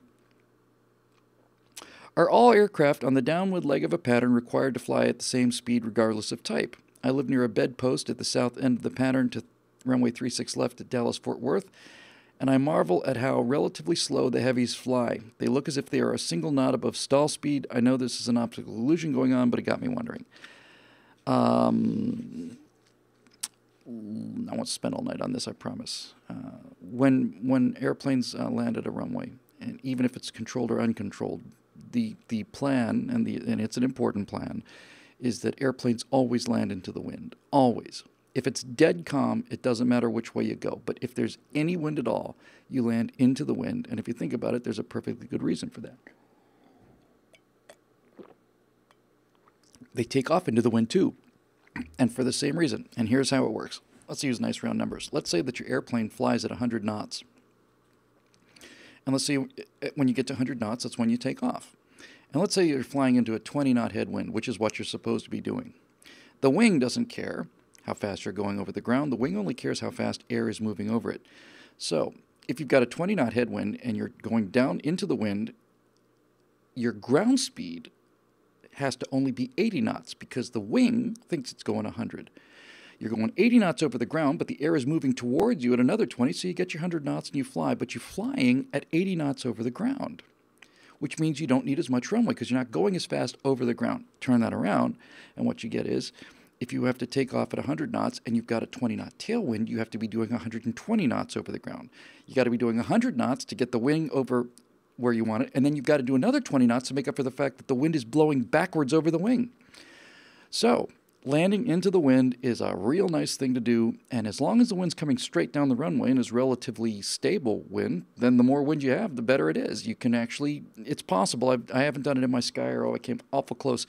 You can fly a conventional airplane backwards, but it's very rare, and you got to have like a Piper Cub or something really slow, like a Sky Arrow. For example, I came pretty close to it once. If my airplane will stall at 40 knots and I'm flying at 50 knots through the air and I'm flying into a 30-knot headwind, then I'm doing 20 miles an hour over the ground. If I'm doing 50 knots and I fly into a 60-knot headwind, I'm moving backwards. I'm moving backwards. I'm moving forward through the air, but the air is pushing me back faster than I can move forward. So we had to get that out of the way to answer this question because I love aviation questions, and if you don't like it, now would be a good time to go get your sandwich. So, speeds on the downwind. I just glanced at the question, and I didn't realize he was talking about heavy aircraft, commercial aircraft. So, two answers for you here, Steve. In general aviation, when he says, do you fly the same speed on the downwind? As I said, let's say the wind is doing 20 knots, and you're flying in the air. Now you're flying at 150 knots. When you're going downwind, setting up to turn around and come into the runway, you're flying at 150 knots plus a 20-knot tailwind. That means you're moving 170 knots over the ground. The second you turn around and head back towards the runway to land into the wind, you're still flying at 150 knots, but now you not only don't have the 20-knot tailwind, you got a 20-knot headwind, so you're doing 170 downwind, turn around, head back for the runway on final, and now all of a sudden you're doing 130 knots over the ground. The wing is doing 150 knots all the time. The wing doesn't know and the wing doesn't care. So the question was, do they have to fly the same speed downwind and so on? In general aviation, I'll have a big celebration for this. I'm probably within 15 hours of 1,000 hours in the air. That's something like 40 days and nights continuously. It's quite a number, actually. And in 1,000 hours of flying general aviation, I've never once heard a general aviation pilot be given a target airspeed by air traffic control by the tower. Never once have I heard anybody tell somebody on downwind or turning base to final, hey, I need you faster or whatever. I have heard several times, I'm going to turn you in front of there's a Learjet behind you at 5 miles in trail, expedite it to the runway, but I've never been given an airspeed. I've never been saying, fly, you're downwind, you're flying it at 90 knots, slow to 80. However, if you listen to, so that's general aviation, and that's where I thought the question came from. So no, in general aviation, you fly your airplane downwind, base, final, all of that, at the speed that the airplane's supposed to be flown at for landing, which is pretty narrow band, really, if you're going to do it right. You want to fly just fast enough so that you don't stall, and just slow enough so that you don't use as much runway as you use as little runway as possible. Now, with commercial aviation, which I realize is what the question is at Dallas-Fort Worth, which is a rather large airport for a little puddle jumper, he says, I marvel at how relatively slow the heavies fly. They're a single knot above stall speed. This is, in fact, as you realize, you say you know there's an optical illusion going on, but it got you wondering. I'll get to the optical illusion in a second. When you listen to air traffic control setting up commercial jets for approaches into, I'll just take LAX because I know LAX better, they're constantly giving speed adjustments, but they're giving speed adjustments within a relatively narrow band. So let's say that you'd fly an approach at, I don't know, say 150 knots, something like that for a 737. I don't know what the number is, but somebody does. It's probably 160 knots, something like that. And you'll hear controllers occasionally say, Delta 249er heavy increase speed to 160 knots, or slow speed to 140 knots, and the pilots will almost certainly do that because the airspeed that the controller is giving them is within their safe flight envelope. Speed up a little bit, slow down a little bit. If you got guys right hot on your tail, they'll tell the guy in front, hey, speed it up a little bit. They'll tell the guy right behind him, hey, slow it down a little bit, increases the spacing, everybody's happy. But those are relatively minor adjustments in speed. And I've never heard them in general aviation, although I hear them all the time in commercial aviation. And that's largely because commercial aviation is not just an airplane in the pattern. They're not in the pattern. These airplanes are 60 miles, 100 miles, 120 miles out sometimes. I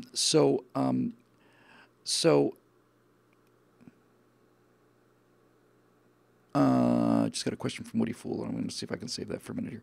So basically, when you've got airplanes stacked up and you've got 40 of them, and I've seen at LAX, I've seen 40 landing lights on a really busy night, like string of pearls going all the way out on a 3-degree glide slope, and the furthest ones are probably 70, 80, 90, 100 miles away.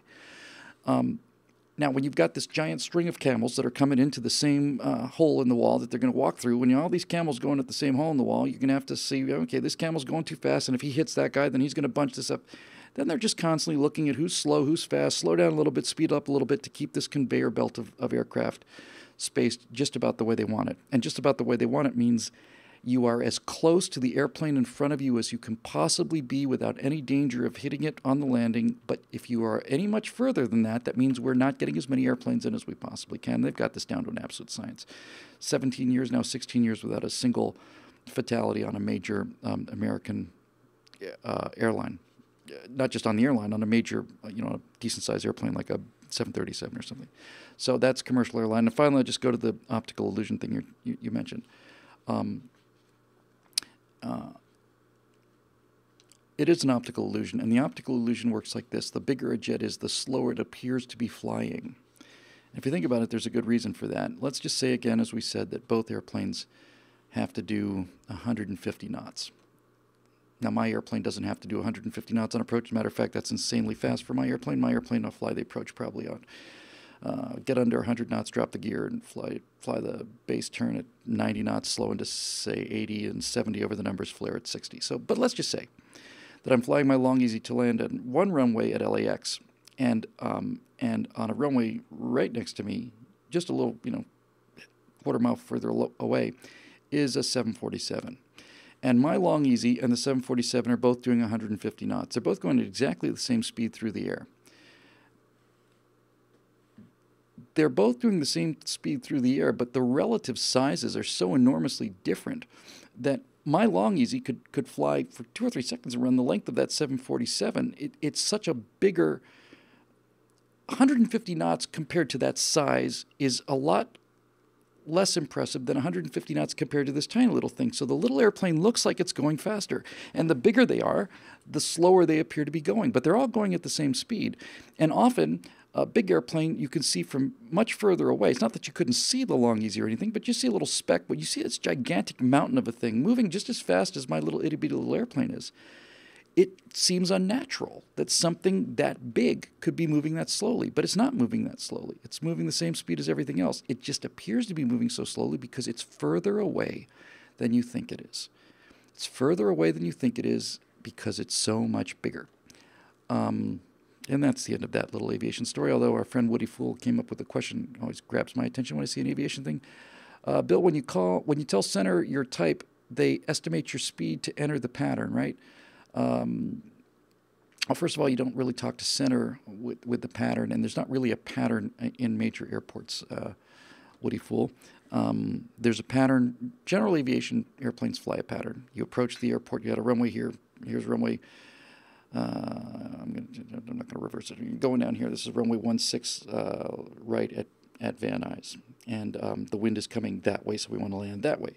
The pattern is you enter on a 45-degree angle, you fly your downwind, you turn your base, you turn final, and you land into the wind. That's the pattern. And if you're doing a touch and go, you're back up you go, you fly down on your, and then you fly crosswind, you fly downwind again, and this little thing is called the pattern. The British call it the circuit, because they get everything wrong. But basically, you're making this little pattern, and usually it's left turns. 1/6 right, it's actually right turns, but usually left, left, left, left, and back you go. But commercial airlines don't do that. Commercial airplanes don't fly patterns. Commercial airplanes do the one thing that you're not supposed to do in general aviation airplanes, which is they fly a straight-in approach. They don't do this pattern thing and turn and turn and turn. They're on a rail that goes out 70, 80, 90, 100 miles, and it's a 3-degree glide slope, and they are coming right down this rail at a steady speed and at a steady descent rate, and everything is stabilized. That's the word we're looking for. Everything's stabilized. They are on a stabilized approach, and they've been on a stabilized approach for 10 or 15 minutes. What you're not seeing in commercial aviation is you're not seeing these giant jets or even smaller jets doing this roll in hero, we're a little bit high, let's get her down and jump, the kind of thing you see in general aviation all the time. This is so predictable for them. That line of camels goes out so long and so far that the pilots have something, in many cases, 15, 20 minutes, at least that sometimes in a commercial airliner, 15 or 20 minutes to get this thing right on the glide slope, to get your target airspeed just exactly nailed, and then really you just kind of need a deck of cards to pass the time, right? I mean, it's like, perfect, right down there, no last-minute drama, no big corrections, no sudden changes in airspeed or altitude. And once we learned how to do that, we stopped having aircraft accidents. They just pretty much stopped. So they're not flying patterns.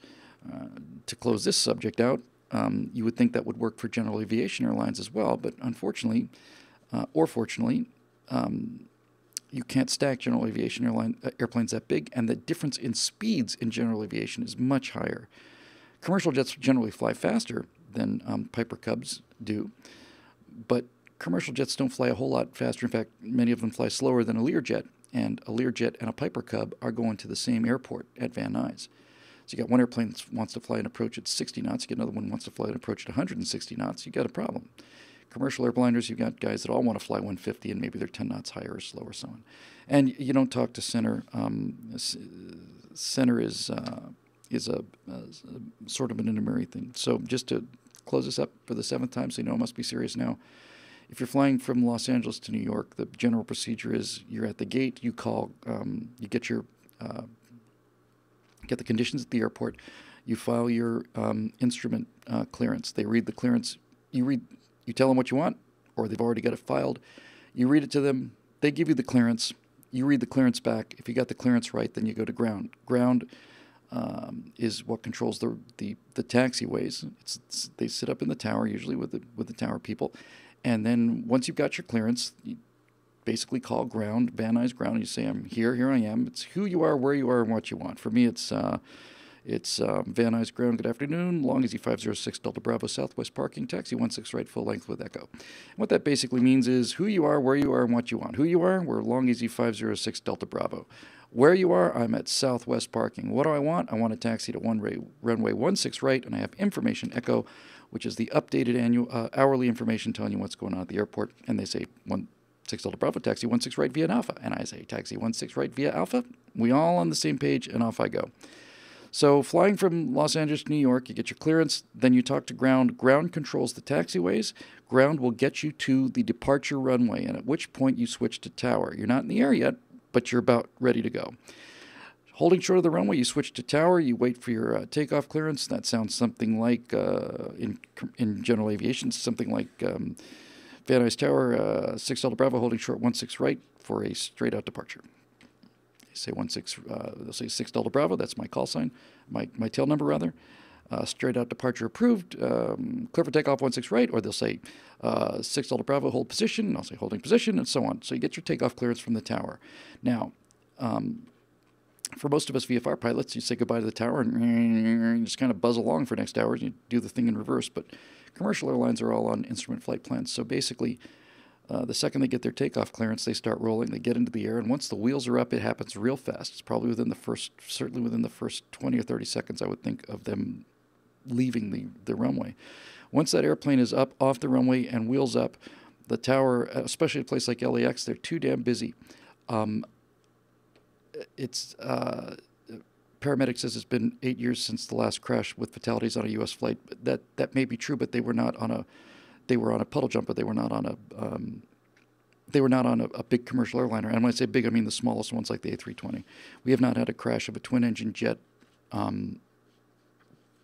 carrier like a 737 since 2001.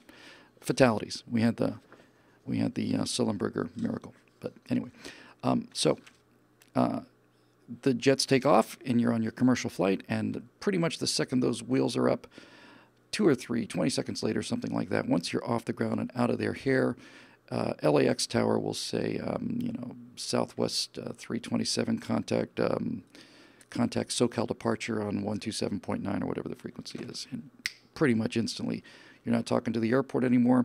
You're talking to departure. And what departure's got to do is departure's got a bunch of little targets. They're not landing airplanes. Departure is looking at you. SoCal departure is saying, how do I get this airplane, which is flying out to the west, how do I get it to turn around, head back to the east, because he's going to New York, he's not going to China. So they'll take you off out of runway, and you're over the ocean. You'll start a left turn. You'll come around, go over Catalina. They'll get you to an altitude. Then they'll cross the landing traffic much higher than it, and you go on your merry way.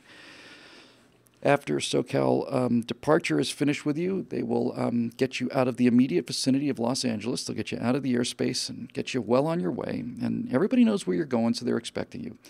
And once you leave SoCal departure, somewhere around, I don't know, I'd say 10,000 feet, 12,000 feet, something like that, they'll tell you Southwest 637 contact LA Center on 123.4, whatever the frequency is for that. Then you talk to LA Center. And that's as high as you go. Center controllers are looking at huge amounts of airspace. I want to say that between Los Angeles and New York, I want to say maybe there's 6 or 7 centers, maybe fewer than that. If you're going north, you hand off from LA Center, you talk to, what is it? Is it Grand Rapids? No, not Grand Rapids. I forget what the one in Oregon is. In any event, you go LA Center, they hand you off to Phoenix Center. Phoenix Center hands you off to, Salt Lake or whoever. You're just basically flying along, and you're absolutely level.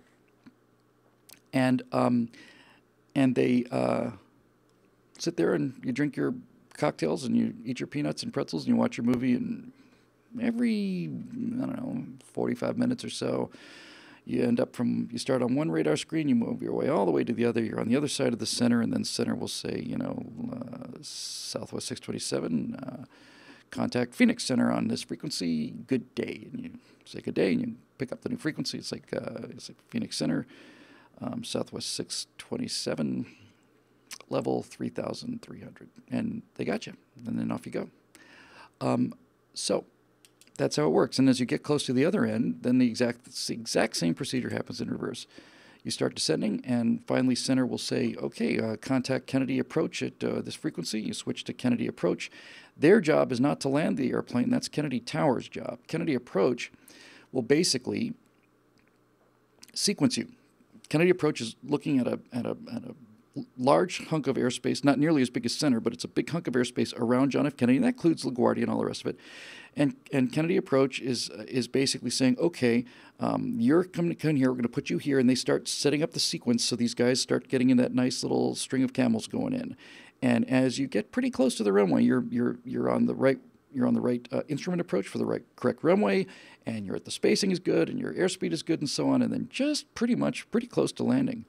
Maybe 2 or 3 minutes out at the most, probably. They'll tell you, contact Kennedy Tower on this frequency. And the last, minute or two of the flight and the landing, you're talking to the guys in the tower.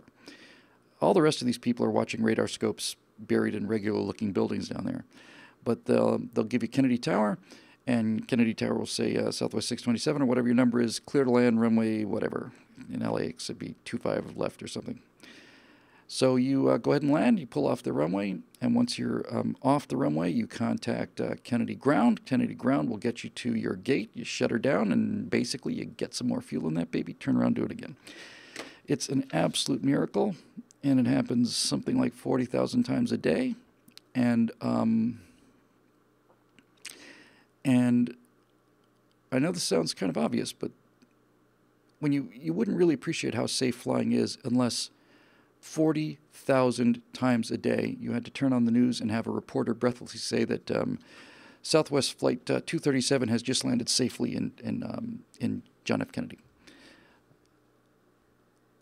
U.S. Air 622 has just landed safely at John F. Kennedy, and so on and so on and so on, 40,000 times a day, every day for 16 years. That's millions and millions and millions and millions of times that they do this without even a hiccup. It's an absolute miracle. It's a miracle. It's simply the most miraculous thing that's ever, engineering-wise, ever happened to this species, and it's good to be a tiny little part of it. Last one. I'm going home. It's not too late. Dave Olson, our friend Dave Olson, is back. He says, so Elon Musk is sending a mission to the moon. You're damn right he is.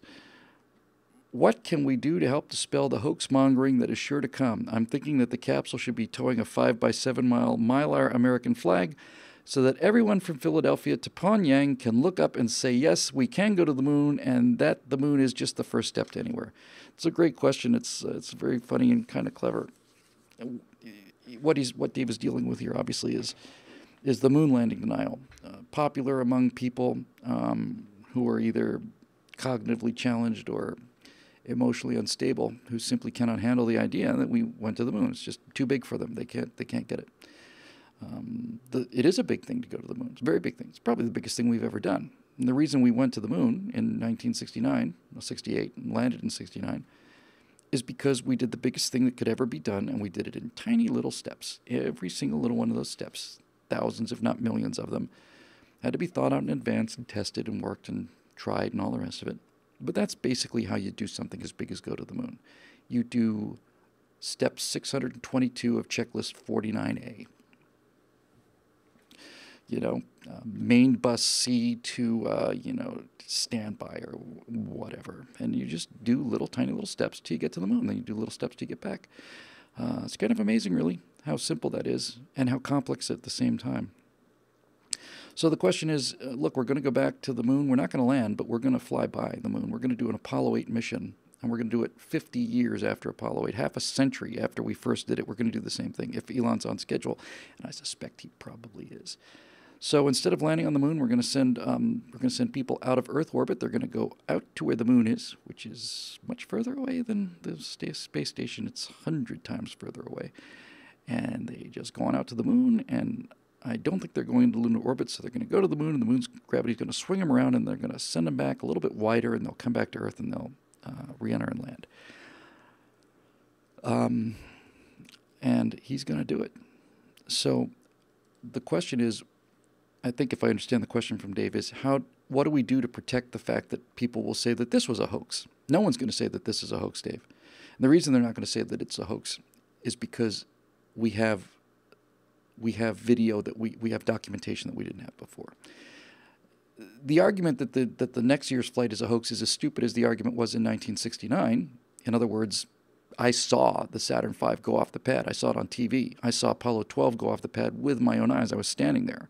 I saw Apollo 12 lift off from Kennedy Space Center with my dad. I watched it go into the sky, and so did a few hundred million other people, and hundreds of thousands of us were there at the spaceport. So I saw that rocket go up, and these people said, well, yes, of course the rocket launched into orbit, but it didn't go to the moon. Of the 100% of thrust it takes to go to the moon, 96% of that you need just to get into orbit. You're telling me we can do 96% of it, and then suddenly we can't do the other 4 because of some reason? Please. It's ridiculous. But this time, and this I am looking forward to in a very big way.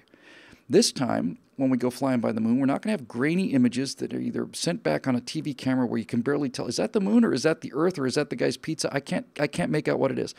This time it's going to be in stereo 4K Ultra HD, and it's going to be spectacular. And I think what's probably going to happen is that the conspiracy theorists are going to say, yes, this time we went, and the fact that we went this time is evidence that we didn't go last time, to which I reply, you idiots. Bert Rutan, I was talking to him about the feasibility of going to the moon, and Bert said, yeah, you can definitely go to the moon. We've done it before, we can do it again. He said, but if I had to pick, I wouldn't do a moon landing. That got my attention. Really, Bert? Because I would. I'd do the moon landing in a heartbeat. Bert said, no, if I could do one mission, I wouldn't do the moon landing. You have my full attention, Bertram. He said, basically, what you can do, and I don't know whether Elon's going to do this. I suspect he'll do something like it, but not quite as dramatic as what Bert would do, because Bert's a kick-ass, mind-blowingly brilliant guy. Bert said the best mission that you could imagine going on, the one he would want to go on, is similar to the one that Elon's going to do. And basically, here's what Bert said. He said, we understand the topography of the moon. We know where the mountains are, and we know where the valleys are. We know where the big rocks are. We know very, very precisely how big those mountains are, where they are, and so that's good. And we also, by now, have a very clear idea of the gravitational anomalies on the moon. In other words, it's nice if you know where the mountain is, and if you know where the mountain is, you think you'd fly pretty close to it. But if it turns out that the mountain hasn't moved, but the gravity of the moon as you go around it is slightly different enough to slow you down just a tiny little bit, then you don't clear the mountain by 50 feet. You hit the mountain, and that's generally the end of a very bad day. But what Bert was saying is because the moon has no atmosphere, you can fly very low and very fast. The space station, I'm off the top of my head here, I want to say space station flies above the surface of the Earth at 17,000 miles an hour. That's pretty damn fast. But it's flying at 17,000 miles an hour, 120 miles above the Earth. So same thing we talked about with the planes earlier. If you're looking 120 miles away and you're moving at 17,000 miles, you see a nice slow roll. If you've all seen pictures of the shuttle in orbit of the space station, the ground just does this nice kind of slow roll, and it takes about 90 minutes to go all the way around the Earth. But that's because you're 120 miles high. Since there's no atmosphere on the moon, since we know where the mountains are, and since we know where the gravitational anomalies are, Bert said what he would like to do is do a flyby of the moon, and he'd like to get her down to about half a mile, 2,000 feet, which is reach out and touch distance. It's probably 1/30th of how, well, a 15th of how high you fly in a commercial jetliner. It's much, much, much closer to the ground than you are when you fly from one end of the country to the other, and that's 35,000 feet. That's 6 miles. It's not 120 miles where the space station is. So all of this just to say that what Bert wants to do is he wants to get on a flyby of the moon since there's no atmosphere, and he wants to take that baby down low. And for the first time in human history, we would be able to see what it looks like to fly at 17, 18, 20,000 miles an hour at 2,000 feet above the surface, a mile above the surface. At closest approach, when you get down to minimum altitude, it would be an actual honest-to-God blur. It would just be a blur of speed. You'd be moving so fast. You'd be moving the same speed you would have been moving otherwise. You'd still be going the same speed if you were up in lunar flyby like Apollo 8 did, but you're so close. You're so close that the whole thing would be spectacular. And sooner or later, we're going to do that. And if Elon has a sense for publicity, and God knows he does, I don't know how close he's going to take these people, but if Elon Musk would take my advice on this, I would set it up so that we had the closest approach flyby of the moon occurred directly over the Sea of Tranquility, right directly over it. And I would like these people to be able to take out their iPhones, and as they go zinging by, the Eagle, which is on the moon, has been there since 1969. The flag may be white now, bleached out of color by the UV rays, but the bottom of that lem is still there, and that flag is still lying in the sand. The Apollo 11 flag blew over, by the way. Buzz Aldrin said as they were going up in the ascent stage, he saw the flag go over, and we can live with that. I want them to be able to say, "Oh, look, there's the Apollo 11 landing site, and there's the LEM." And what do you say now? Of course, we have a satellite. I want to say the lunar orbiter, something or other, that has got enough. 2,000 feet would he fool at about 17, 18, 20,000 miles an hour at 2,000 feet. That's a bit of a rush. So it's just tremendous. And if I were Elon, I would do that. I was just saying there's a lunar orbiting observatory, some very simple, well, by modern standards anyway. We've got a probe in orbit around the moon. It's orbiting relatively low around the moon. It's a relatively new probe, which means it's got tremendous optics, tremendous camera. And this unmanned lunar satellite has taken pictures of all of the Apollo landing sites. And on these pictures, you can actually see the lunar module. You can see the 4-point legs very clearly. As a matter of fact, you can see the tracks of where the where the rover went on Apollo 11. You can see just the little tiny little dark tracks where the footprints were, and they only went very short distance away. By the time you get to Apollo 15, they got the rover. 15, 16, 17, these little strings of dark tire tracks are visible there. You can see it. There's the lunar reflector. There's the laser reflector that we put up. Here's the seismologer. You can just a little bright thing. You can see it there. By the way, lunar landing conspiracy folks, does it ever bother you to think about the fact that one of the things that they put on the moon first when they got off on all of the missions, 11, 12, 13 didn't get there, 14, 15, 16, and 17, every single one of those 6 Apollo missions got out there, and the first thing they do is they put a big hunk of machinery on the surface of the moon, and it's a laser reflector. And it's designed in such a way, it's an optics designed in such a way that almost no matter what angle a laser beam hits it, it will bounce it right back to it. Do any of you out there who denied that the moon landings took place, are you slightly bothered by the fact that if you shine a laser beam at the 6 places where we claim to have landed, a laser beam comes bouncing back right at exactly precisely the place we said it would? Don't you find that just a bit odd? Are you telling me that we sent a bunch of men up into space and they circled around the Earth and the Russians had them on radar, but they didn't want to say anything about it because God knows the Soviets were totally behind the American space program, and if we can keep a secret, surely they can.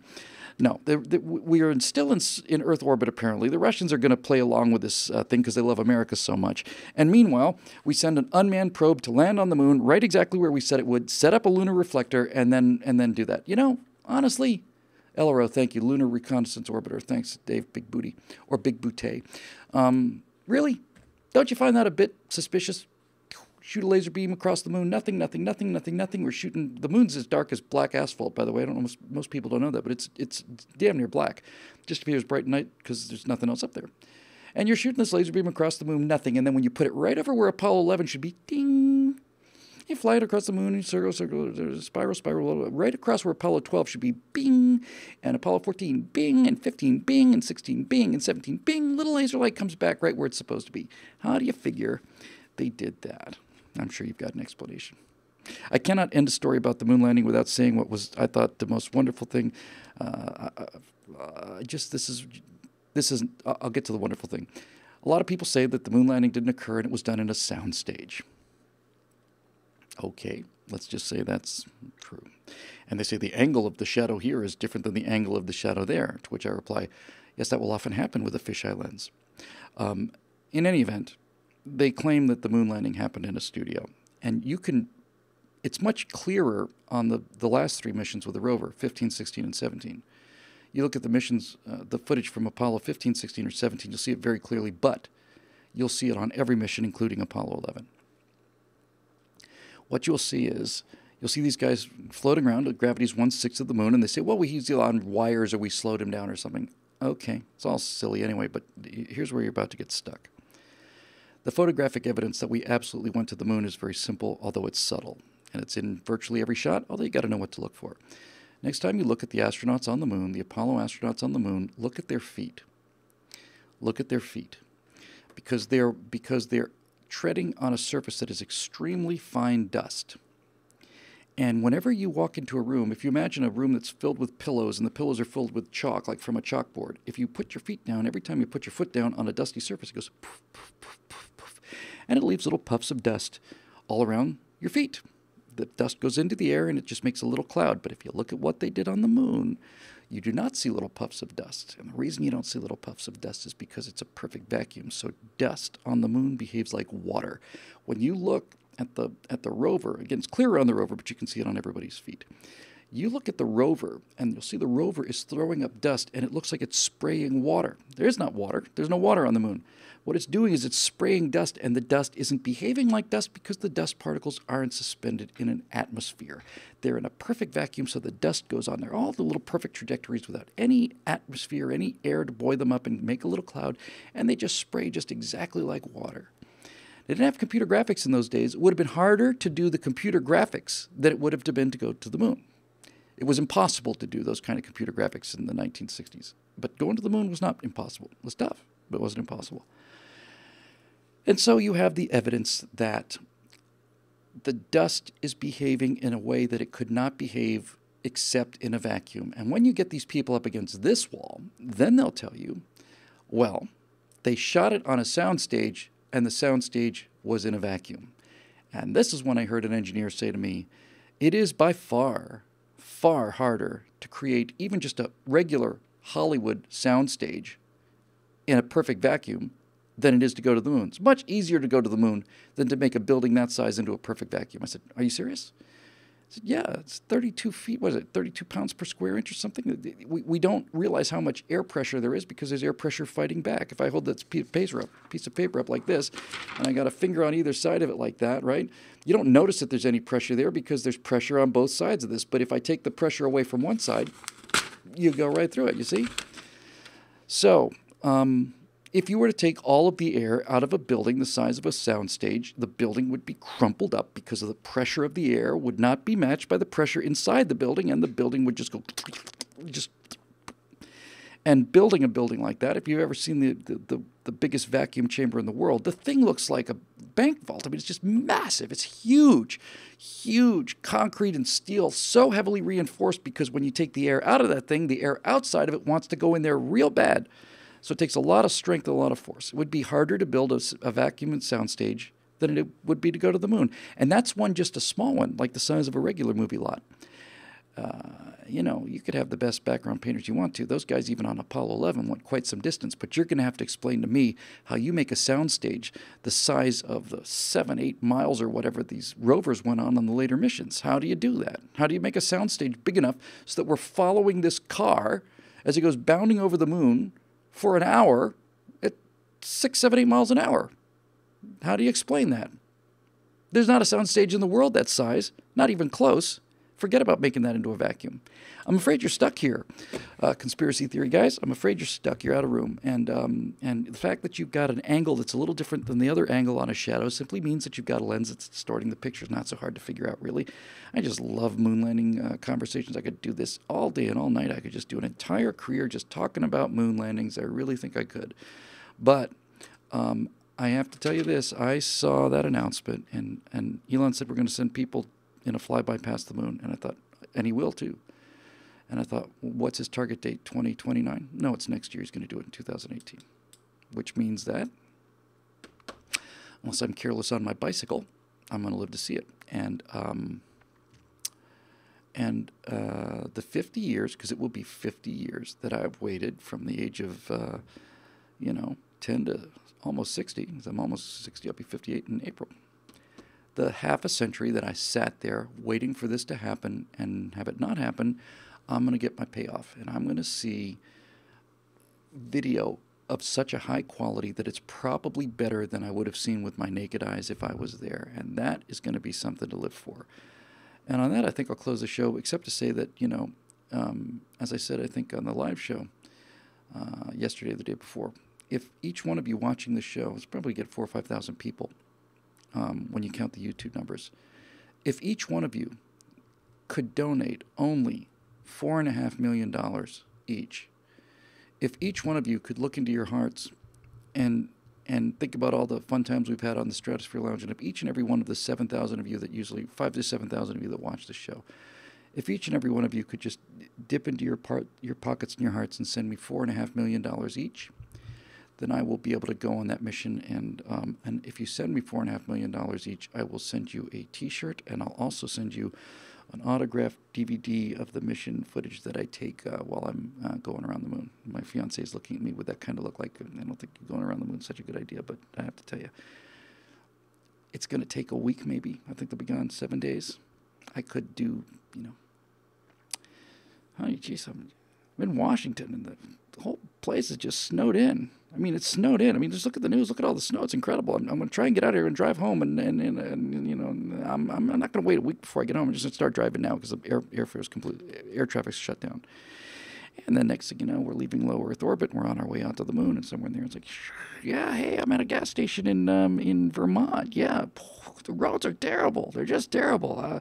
I'm going to get there as fast as I can, honey. I should probably be back by Thursday or something, and then I'll let another couple days go by, and I'll call from, I'm at a motel here. I'm in a Motel 6 in Kansas. Whew, boy, the weather is terrible. The roads are just terrible condition. I should be home by Saturday. And I'll just keep doing that, giving updates regularly from the road. And then next thing you know, I'll just show up at home and I'll have my bags and she'll say, "How was your trip to Washington?" And I'll just say, "It was traumatic. There was a lot of trouble getting back." And I won't say, "Actually, I wasn't in Washington. I went to the moon. I went to the moon and I came back okay. Don't worry."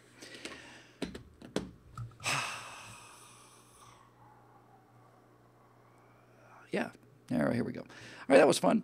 And it's what time? 8 o'clock. Good. That's when I told my lovely fiance I'd be done by 8, and we're going to go home and we're going to have a nice dinner. I'm not going to be here till midnight this time. And that means it's time for me to go. Now it's time to say goodbye to all our company. MIC. See you real soon. KEY. Why? Because we like you. MOUSE. When Jimmy looked at me and said, "Why?" Because we like you, it made me feel good. It's a good place to live, especially after a speech like last night. Okay, sports fans, this has been the Stratosphere Lounge episode 140X. I want to say 146. Yeah, let's just say 146. Fun show, great questions. Next week I should be here. The week after that, I will almost certainly not be. I will be in Dallas. A big-ass cowboy hat on, and I'll be riding up and down the streets of Dallas on my trusty horse, and I'll have my spurs on and my big cowboy hat, my 6-shooter strapped to my side, and I'll walk into the NRA building, and I'll just hand my reins of my horse to somebody outside, and I'll tie that horse up, and I'll just mosey on over to the elevator there and hit the button and spit a little chewing tobacco out there onto the floor of the studio and sit down there and look in the camera and say, "All right, here we are, Dallas, Texas. That's enough of your shenanigans now. I'm telling you, men, put your gun away and get out of my town." If that doesn't work, we'll call in the artillery.